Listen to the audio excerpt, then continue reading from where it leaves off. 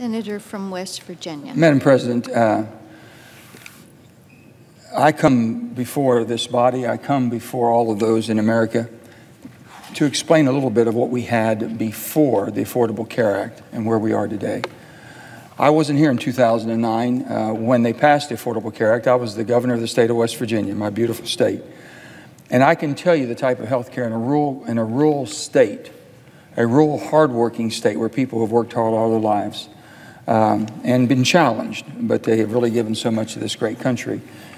Most of them did not have insurance. A lot of people across America had some really good insurance.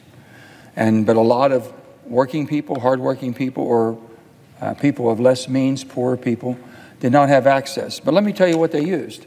They used emergency room. Highest cost of entry, no preventive care, nothing at all to maintain your health wellness, but strictly they could go there in an emergency. So that's what most people had used that didn't have any insurance. Let me tell you the people that basically were working and could not afford the co-pays where they worked or wasn't afforded insurance at places they worked. They would, if they were ill, if they got hurt at home working, they would go into work on Monday and claim a workers' comp claim. Again, a very high cost to all the states. Now, at the end of the year, and I think this is in most states, what they would come to you, every hospital, every rural clinic would come to their governor and their legislature. And we called it dish payments, disproportionate share. And they would say, boy, Governor Manchin, you know, if you don't help me with $10 or $12 million, I've given away $20 million in charity care, we're going to have to close. So we had to scramble around using taxpayer dollars to keep every rural clinic and hospital open for the people. People forget about all that. Those who had wonderful access to insurance or was offered insurance, that was wonderful. We want to make sure that they're still having that opportunity. And guess what? We have a way to fix it. There's been 2 bills sitting on Senator McConnell's desk for almost 3 years that would reduce the cost of what we know that's wrong with the bill, the Affordable Care Act. But let me tell you what's right with the Affordable Care Act. I wasn't here in 2009. I would have liked to have seen changes, but now that I'm here, I know what I had before, which wasn't working, and I know that what we have now can be a lot better. And in a bipartisan way, we've tried to fix this. We've tried to find ways to make sure that people that had good insurance is not going to be exorbitantly charged out of the market or priced out of the market. We're doing everything we possibly can. So I'm asking everybody in this, please, for the sake of humanity, if a person, in the first time I've ever gotten insurance, and I've told people this, we gave people the greatest wealth card you could ever get, which is a health card. But we didn't give them one shred of evidence as far as information about how to use it, instructions. I've always said, I've compared, if you got a box of Cracker Jacks and went and bought a box of Cracker Jacks, you get the prize inside, and they would show you how to use that little prize. We never took the time, but now they want to throw it out. Let's make an effort to basically teach people how to live a healthier lifestyle, how to be preventive care, how to have a more productive and a healthier life. We haven't done any of that. But for the first time, we know scientifically that if a person's addicted to drugs, if they're addicted, it's basically a health problem. I mean, it's an illness. An illness needs treatment. For the first time in a state that has been inundated with opiate addiction and drug addiction, people are able to get treatment, get back into productive lifestyle, to get their life cleaned up. For the first time, they want to take that away.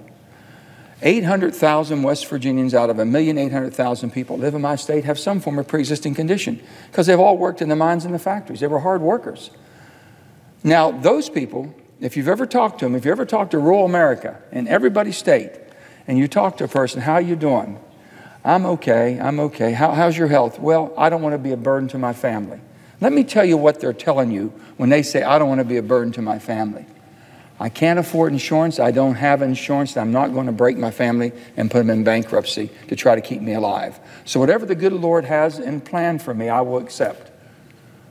That's not who we are as Americans. It's just not who we are. And this is what we're trying to change. We have 20 attorney generals, Republican attorney generals. These are people I know. I don't think they're mean-spirited, but to be this basically insensitive to the real world and what's going to happen, You've got every hospital, every clinic, every provider is going to be in jeopardy of having a job, being able to provide the services people need. This thing will come unraveled.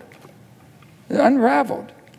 So we're fighting and hoping and praying that this is not upheld in the court system. How it's gotten this far, I do not know, because I can tell you reasonable people would not make this type of a decision. So when you look at what's going on, let me tell you in a bipartisan way. My Republican colleagues have admitted that millions of Americans will lose their health insurance if Republican attorney generals succeed. They've admitted it. Bipartisan, because we all have the same challenges. Senator Tillis from North Carolina and 9 other Republicans stated, oral arguments in Texas versus United States will begin September the 5th, and if the judge rules in favor of the plaintiffs, protections for patients with pre-existing conditions could be eliminated. We know that. My good friend, Senator Murkowski from Alaska, said in her own words that this lawsuit will take away health care coverage from people with pre-existing conditions. Senator Murkowski said, with the uncertainty of the outcome of the upcoming Texas versus United States case, this legislation is needed now more than ever to give Alaskans and all Americans the certainty they need. The protections for those with pre-existing conditions will remain intact. My Republican colleagues know that if these attorneys generals win, it will devastate households, our economy, and millions of Americans' health. That's why I've been working with them to fix the problems, Affordable Care Act. I introduced the Premium Reduction Act with my Republican colleague and dear friend, Senator Susan Collins from Maine, which would reduce the cost of health insurance in the individual market by supporting and expanding state-based health insurance. We owe it to every West Virginian with pre-existing condition to fix our health care system. I'd like to introduce you to Aiden Jackson Williams. This is Aiden Jackson Williams right here.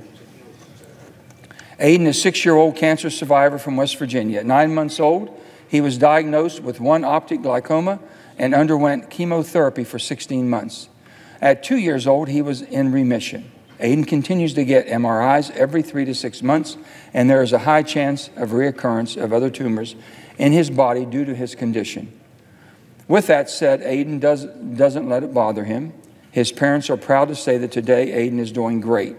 He and his twin sister, Reagan, both enjoy sports, and he moves around just as well as anybody. To this day, Aiden is their hero and inspiration. Kids like Aiden fought and beat cancer. They shouldn't have to also fight to keep their health insurance.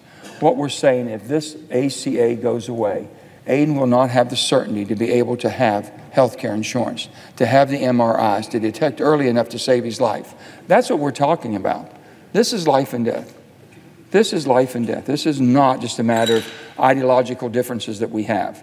So we're going to fight and fight hard, and that's why I'm here for Aiden and all West Virginians with pre-existing conditions. They are trusting us to do the right thing, along with my colleagues, the Republicans, in a bipartisan way to fix what basically we have to know and what we do know that can be fixed with the bill we have before us, the Affordable Care Act, but not throwing the baby out with the bathwater. I hope that each one of my colleagues take this seriously and that they'll work with us in a bipartisan way to fix the health care for Americans that's so needed. With that, Madam President, I yield the floor.